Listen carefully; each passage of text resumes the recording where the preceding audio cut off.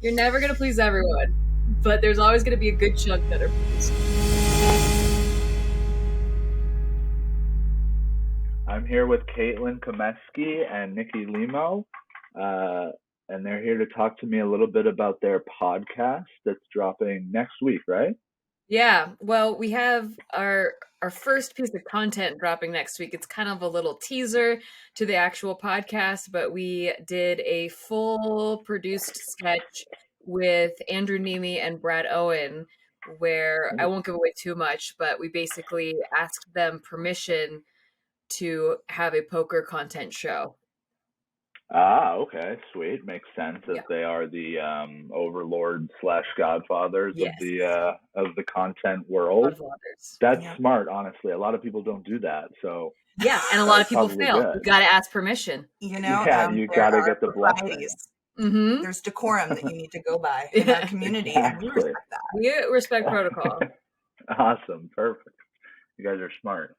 All right, well, so if you don't mind running me through just quickly your backgrounds in poker, outside of poker, how the two of you met, you know, how long have you guys been friends? A little bit of that would be perfect. Yeah, you want to go first? Sure. Just throw her on the spot. So, I have a background in acting. I have my degree from NYU in drama. Was there from Shout out NYU. Yeah, from 2008 to 2011. Oh, nice! Wow. Go Violets! I dropped out of college. So I'm gonna hide under a rock now. Yeah, no, we have the scariest, most intimidating, what's it called, mascot ever at NYU. Yeah. We're gonna aggravate your allergies. Yeah. So, and then I hosted a burlesque show and toured the country and did stand-up and wrote a ton. And I was a student at the Groundlings and did improv training there. And I met Nikki, actually. She was my date to the GPI Awards because we were out to dinner with Katie Lindsay. And Katie was like, oh, who's your date to the GPI Awards? And I was like, I asked a bunch of boys and they all said no. And Katie's like, oh, well, Nikki wants to go. Just take Nikki. And I think I'd only met Nikki like once or twice before, very casually. But I was like, okay, yeah, if you want to go. Like, I mean, I have a ticket. Let's go. It was the very next night. Yeah, so she just showed up in a slinky blue little number and she was on my arm and we fell in love professionally. Basically. As we were walking into the show, she was like, would you ever want to start a podcast? And I was like, yeah, snap call. Mm-hmm. And I don't know how seriously she took me, but the next morning or like once I got back to Texas, I was like, okay, so like when's our Zoom meeting about this podcast? Yeah, no, I was like so impressed by how quickly she got back because, you know, we both lived in LA for a long time and did the entertainment stuff. And it's a lot of like, yeah, we'll get back to you. We'll do a follow-up meeting. We'll do and then it's like, it takes a long time. It drags out. This was so quick. So my background is very similar to Caitlin's. And that's one thing that we connected on right away when we were talking in the car on the way to the GPI Awards, or maybe it was the night before when I was dropping her off at the hotel. So I started in acting and stand-up. I dropped out of college to go pursue acting because all the college curriculum seemed to be focused more on theater, and I really wanted to do film and television. So I found like a conservatory program that was strictly film and television and kind of treated that like college. I just felt like that would prepare me for that world better.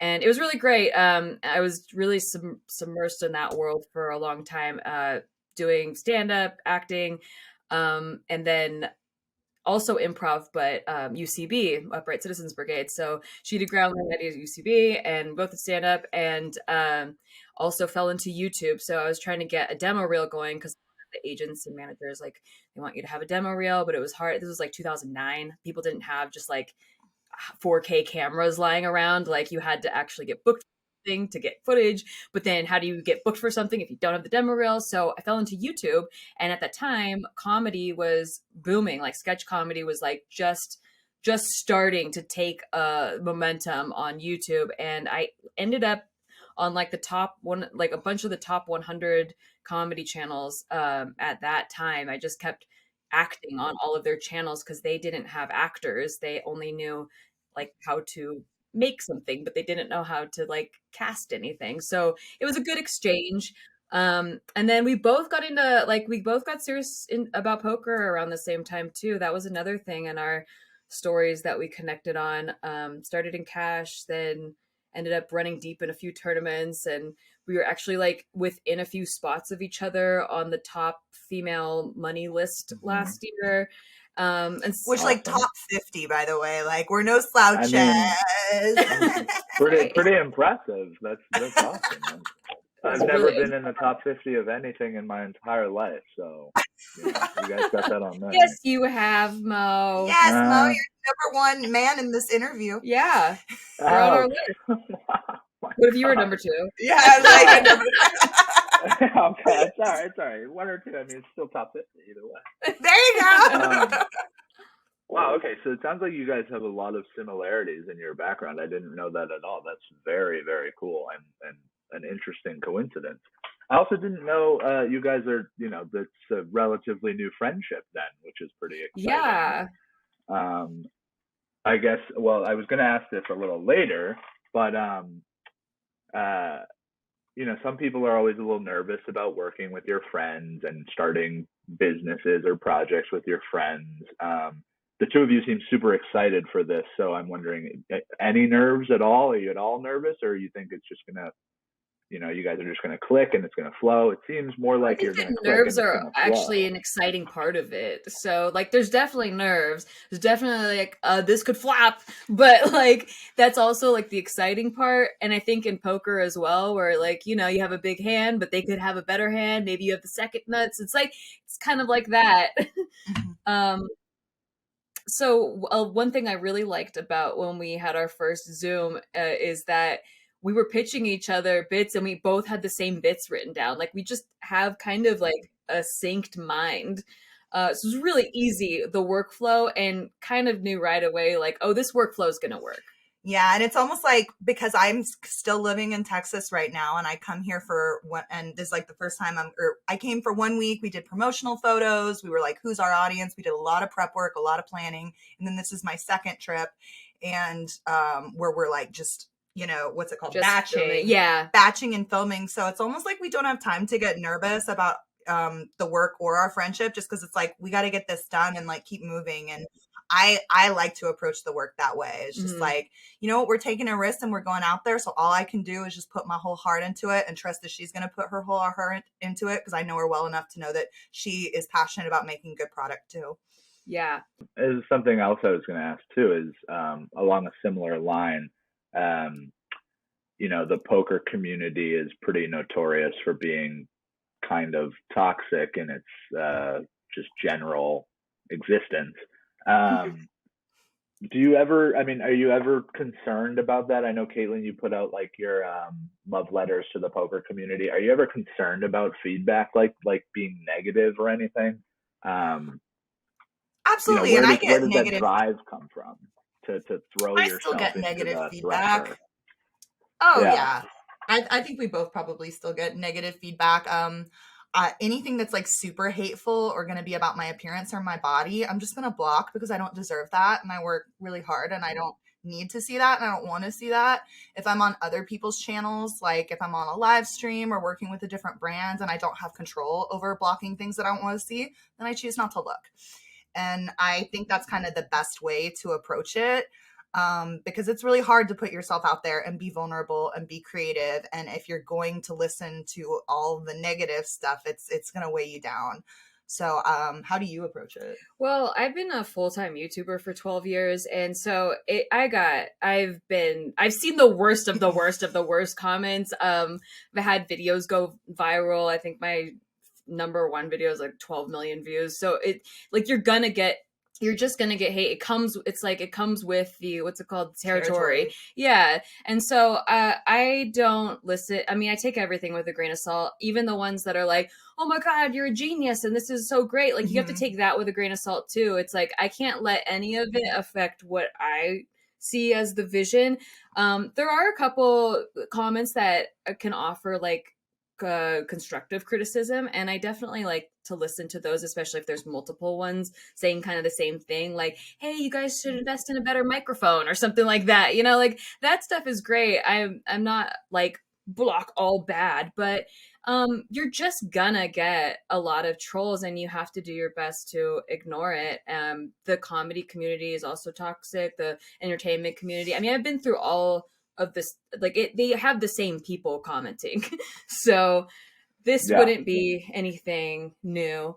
But mostly we're hoping people love it. So hopefully the good feedback outweighs the bad. And I think when people talk about and when people talk about toxicity, I think that they forget that it's like sort of, you can't have story without conflict. You can't have like interesting stories, and like that's sort of the base of, you know, how we as humans tell stories and communicate and evolve. So I think trying to avoid the toxicity, like a lot of people are very annoyed with this Nick Airball, Matt Berkey fight, and they think it's like this, that, but like I'd say a good percentage more people find it entertaining and fun. And so it's like, some people are going to see it as like, oh my gosh, Nick is such a jerk. How dare he call Matt a scammer? But then some people are like, oh my gosh, they're putting on a show for us. This is fun. I don't know if he really thinks that about Matt, but oh my gosh, let's sip our tea, you know? You're never going to please everyone, but there's always going to be a good chunk that are pleased.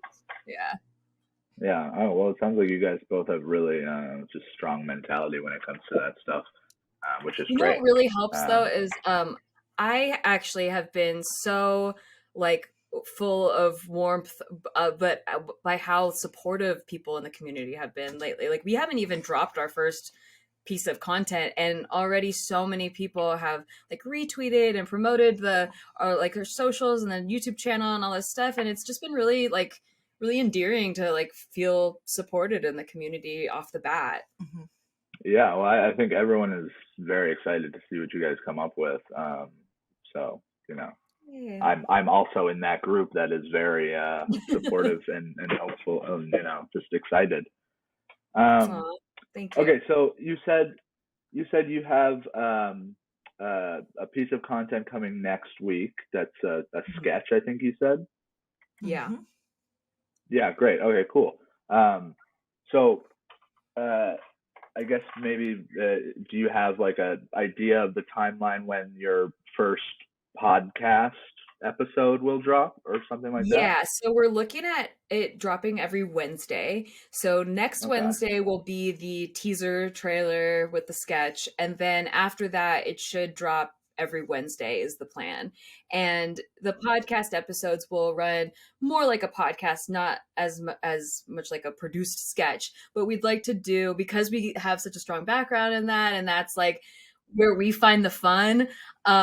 We are really excited to have like maybe a sketch a month that features poker players that we've had on the show or haven't had on the show yet, and honestly just like putting them in weird spots and making them very funny. Like it was very fun working with Brad and Andrew, who aren't comedians at all, but they were so funny and they pulled it off so well, and we're so excited. We put a live snake on Brad, and Brad is terrified of snakes. We put a cobra snake on this man's neck. He almost died. No.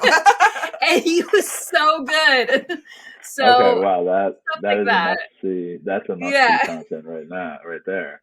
Amazing. Like that makes our hearts go yay with like the pitter patters, and then we'll obviously have them on the podcast and we'll talk about that. It creates fun moments. And in the podcast itself, we don't want it to just be like a boring conversation. We try to keep it fun, and we try to also add like elements of like game showness or like a party vibe. We have different challenges that we have our guests do. And all of that is going to be clipped and shared amongst other platforms as well. So as much reach as we can do with the show that fits different platforms, formats. Yeah. We're not interested in strat talk. We're not interested in like controversial drama. We're not going to touch the drama, super controversial stuff. We might touch it, but like a little just to laugh at it. Yeah, just a little boop. We're not going to like have opinions about you know? We're going to be Switzerland. The goal is we want to make people fall in love with our guests as much as we love them. We want to feature people as like personalities and, you know, to teach people to have fun, bring new people into the game. Yeah, honestly, we want to keep it like less strapped because of that. Like, because I want it to be kind of like the show, you know, in Portlandia. I don't know if you ever watched that show. I've never been to Portland, but I love that show, and all of it is like making fun of different parts of Portland. So kind of like that, but with the poker community, where you don't have to necessarily know what to do with 30 big blinds when there's a 3-bet ahead of you and you have pocket jacks. You don't need to know. You don't even have to have looked at a pre-flop chart. Yeah, you can just join right in, fall in love with the poker people that we have on the show, maybe look them up after, maybe get inspired, maybe go check out their channels that have Strat Talk on it. But we're just here to have fun with the poker community. So keeping the barriers for entry to watching your content very low, basically. Yes. Right. You don't have to be a GTO wizard to watch this show. Exactly. Absolutely not. Hopefully we not. prefer if you weren't. we're not that. So we hope you can watch our own show. Good. That means I can watch, which is nice. Yeah. Yes. We will poke fun at that stuff, though. We'll have fun with it, but no serious strat talk. Okay, cool. So are there any other poker podcasts? I mean, obviously this sounds like something completely original and unique, but are you taking any cues from other popular podcasts? I know both of you have been on Only Friends maybe a couple times now. Are you drawing inspiration from anywhere, or are you just really trying to do your own organic, unique style?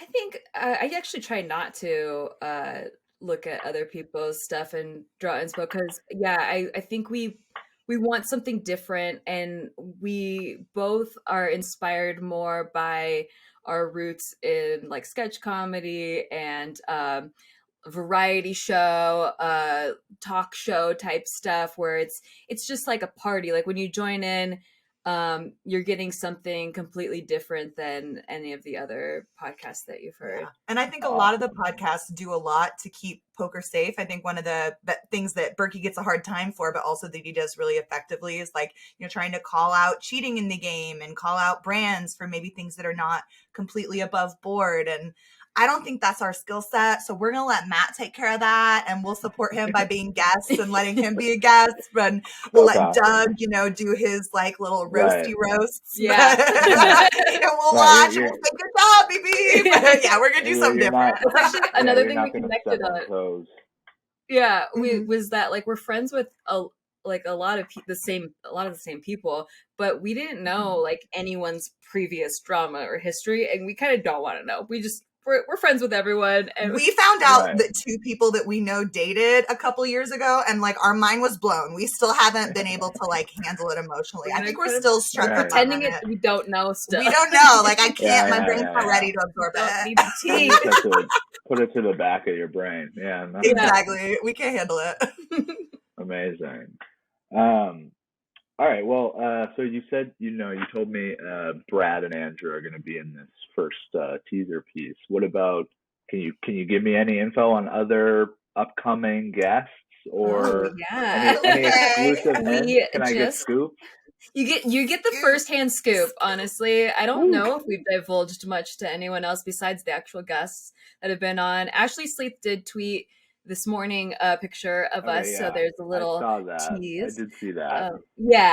So we had her in an episode yesterday. Jesse was also in an episode, and then we had Chris Moorman and Katie Lindsay together on an episode, and we have a few more people lined up, but like we said, Caitlin can only come out here for a week at a time, so we pound as much as we can into that week, but basically have a lot of confirmations like, hey, would you be willing to be on the show? And everyone's like, yes, absolutely, contact me anytime. So we're like, all right, we're gonna hit you up. Remember, we have you on our list. We're writing bits for you, and you're gonna be in our show, whatever we ask. You will do. You lock them in early so they can't back out down the road. Yeah. Very, very shrewd. That commitment shrewd execution there.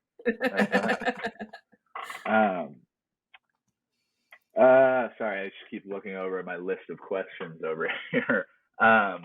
So the stuff I've seen from both of you is amazing. First of all, super great, funny content. Thank you.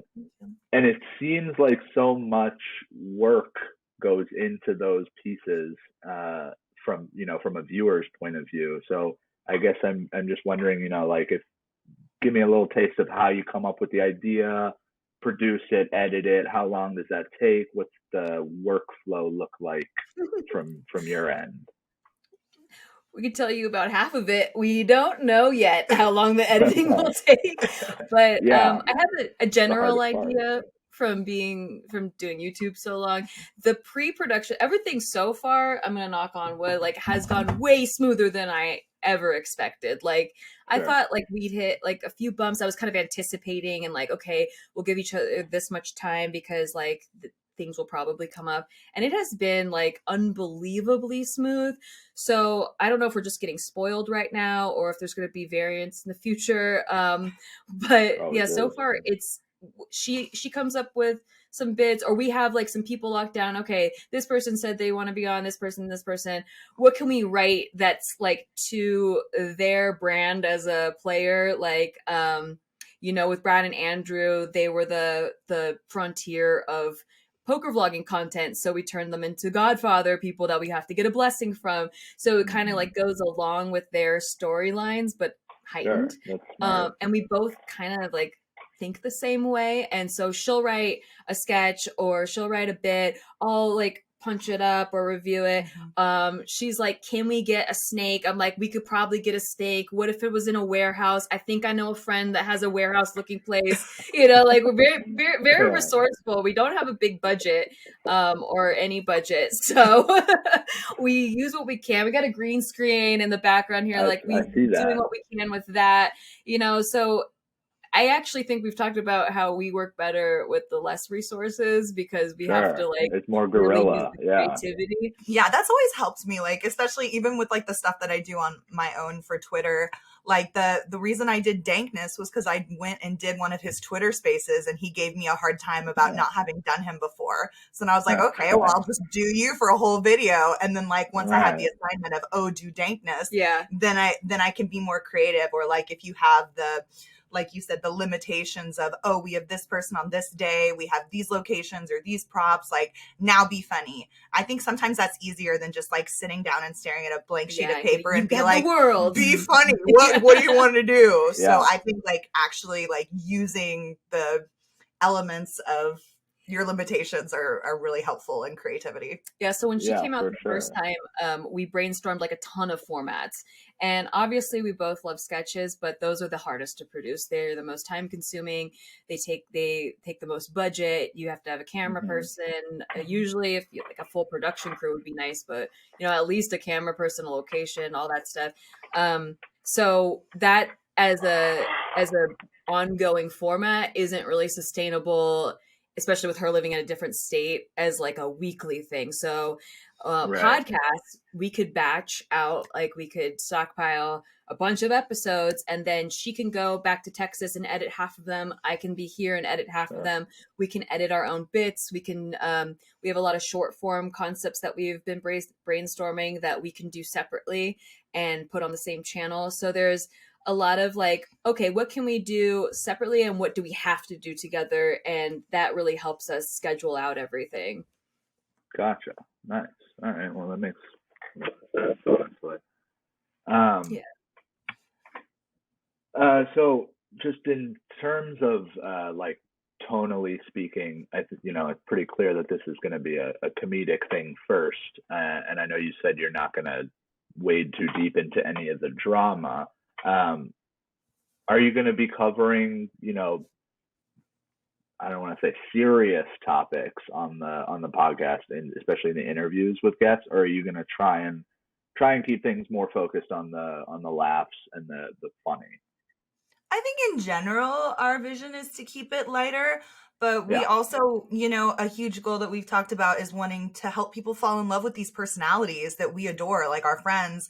And when we are interviewing our friends and we care about them, like we want to feature the good and the bad. So like if you have something you want to talk about in your story that's maybe not hilarious, maybe it like wasn't hilarious that you like broke your leg like right before you were about to get that college scholarship. I don't know who I'm talking about, but like, or like, if they have a serious topic that they're very passionate about, we are just going to be the best hosts that we can, like letting them have a platform to talk about what they're passionate about without necessarily taking a side on it. So there's room for that. Like it won't be like only surface level, will never go deep. You know, if the guest wants to talk about more serious things, it's a very like candid conversation with them. Cool. And then we have like fun elements that break it up, you know, make it light no matter what. We'll have rapid fire questions. We have like different games and formatting. So you get to hear them get really deep about, you know, RTA or whatever, and then have them play 6-second rule where they have to like come up with different things in 6 seconds and be silly. Okay, cool. All right. So it sounds like you're not shutting off that side of things, but you're open. No, yeah. If it's candid, if it's authentic to who they are, like we won't edit it out. Yeah. Okay, cool. Awesome. So I've seen some of your content, Nikki, on YouTube and Twitch, and Caitlin, most of the content I've seen from you has been poker related. But what is it about poker that interests the two of you from a content perspective? Because it's kind of a pretty little, I mean, it's it's a big game, it's very popular around the world, but it is still pretty niche in the community. So yeah, just maybe give me a sense of the things that drive you to make poker content, or what drives you to make poker content. I think a huge part for me has always been the characters in poker. Like from my very first video with the Jack 4 scandal featuring all the different characters, like poker is a sick game. Like you're going to have to lose a lot. Like it's low key a gambling addiction sometimes. Like, it attracts a lot of like people with darkness and weirdness and weird synchronicities. Like not a lot of like really normal, stable, like rational people, are playing this game. So I think for me, it's just like the crazy cast of characters. Like it's like a Wes Anderson movie in here. Everybody's so zany, and I love it. I love weird people. 100%. Like save your normies, That's actually, I felt the same way. Like the game is great. I love the game. We all fall in love with the game. But when I got introduced to the actual community and like poker Twitter and all these personalities interacting with each other, it was so funny. Like that's so comedic already, and nobody's talking about it. No one's making content about it. People are doing like maybe types of people you see at the table. Like that's all fun and games, but like actual people in the community are really hilarious to us. And I kind of like think of it. I've talked about this on Only Friends. Have you ever played the game Animal Crossing? Like you're in a little village, and like they all have little characters and personalities, and sometimes you get squabbles, but it's like not serious to anyone outside of Animal Crossing. It's just serious to the villagers. That's how the poker community feels. And I think because it is gambling for like we're gambling huge for large amounts of money, like people have less of a filter for their emotions and less of a filter of what they're presenting. So it's like, I mean, even Moneymaker this morning, I saw on his Twitter apologizing for drinking. I didn't watch it myself. I don't know what he did, but I just saw the apology. Like people are forced to be vulnerable when you're put into these scenarios where, you're gambling lots of money, you're on camera, and that's fascinating to me. And I don't know what happened with Moneymaker, but I hope he gives himself a pass. I'm sure he was fine. Yeah. Yeah, I watched it. It didn't seem that bad. I was kind of confused to see his tweet. I didn't really think it was that bad. The parts that I saw, he was obviously, drinking heavily and being pretty outspoken and cursing a lot. But I've been that girl on the lodge many times. Yeah, right. And they still let me on the streams. Yeah, we're all adults here. I think we can handle a couple F-bombs here and there.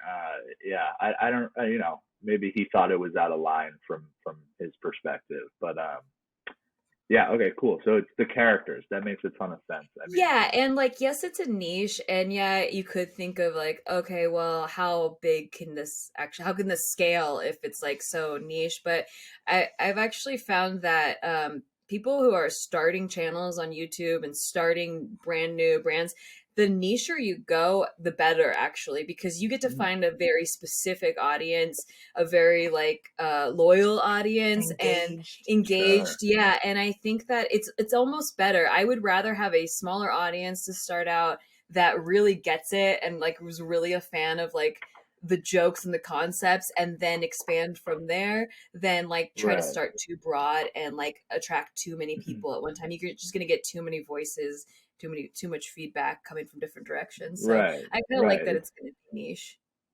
Yeah. I mean, it's kind of like the big fish in a small pond versus small fish in a big pond kind of thing, that dichotomy or whatever.